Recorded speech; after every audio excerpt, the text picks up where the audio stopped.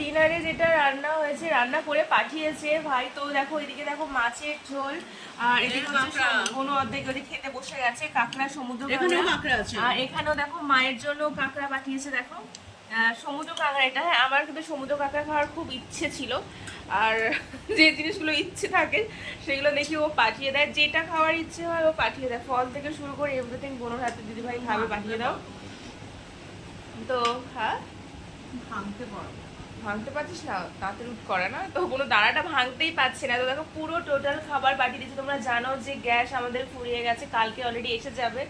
তো কাঁকড়া দাঁড়াটা তোমাদেরকে দেখাই।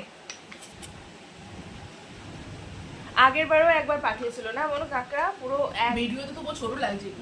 মানে 2 কেজি দেখো।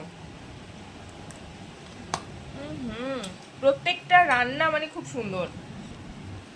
দেখো এটা কচু দিয়ে, মানে কচু চিংড়ি পালং শাক।